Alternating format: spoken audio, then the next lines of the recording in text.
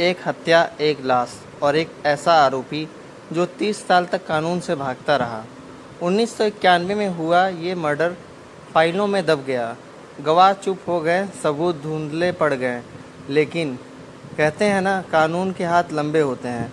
और 30 साल बाद जब किसी को उम्मीद नहीं थी, तब अचानक दिल्ली पुलिस ने इस केस को फिर से खोला। और फिर जो सच सामने आया वो रोंगटे खड़े कर देने वाला था। पुरानी दिल्ली की गलियां, हल्की बारिश, रात का सन्नाटा। साल था 1991।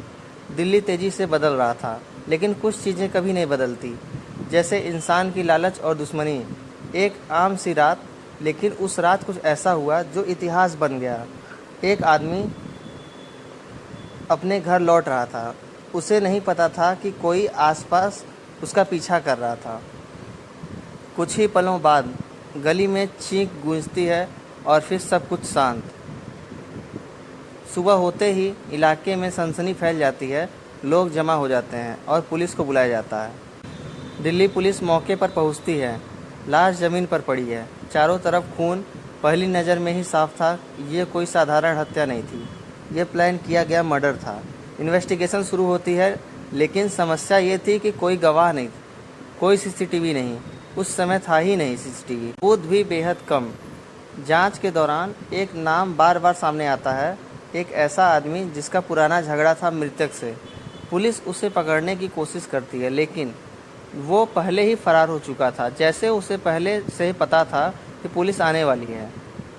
पुरानी फाइलें धूल जमा हुई।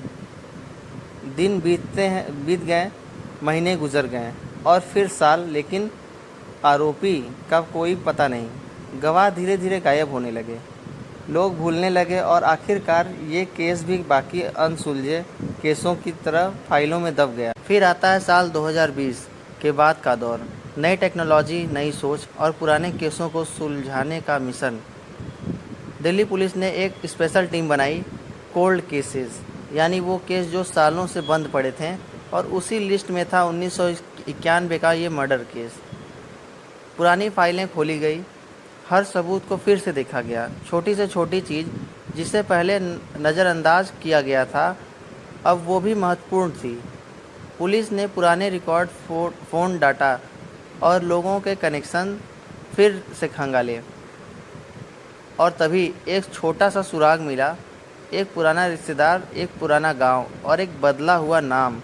आरोपी ने अपनी पहचान बदल ली थी, लेकिन इतने सालों में एक गलती कर दी।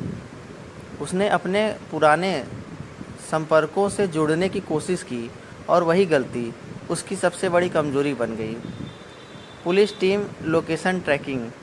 पुलिस ने लोकेशन ट्रैक की टीम बनाई गई और एक दिन अचानक छापा मारा गया।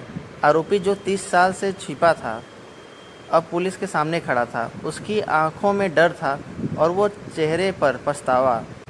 पूछताछ में उसने सब कबूल कर लिया, पुरानी दुश्मनी, गुस्सा और एक पल का फैसला फिर से, जिसने एक ज़िंदगी ख़त्म कर दी और उसकी खुद की ज़िंदगी भी बर्बाद कर दी।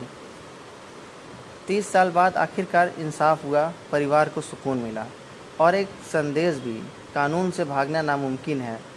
ये कहानी सिर्फ एक मर्डर केस की नहीं है, ये कहानी है सब्र की, न्याय की और सच्चाई की।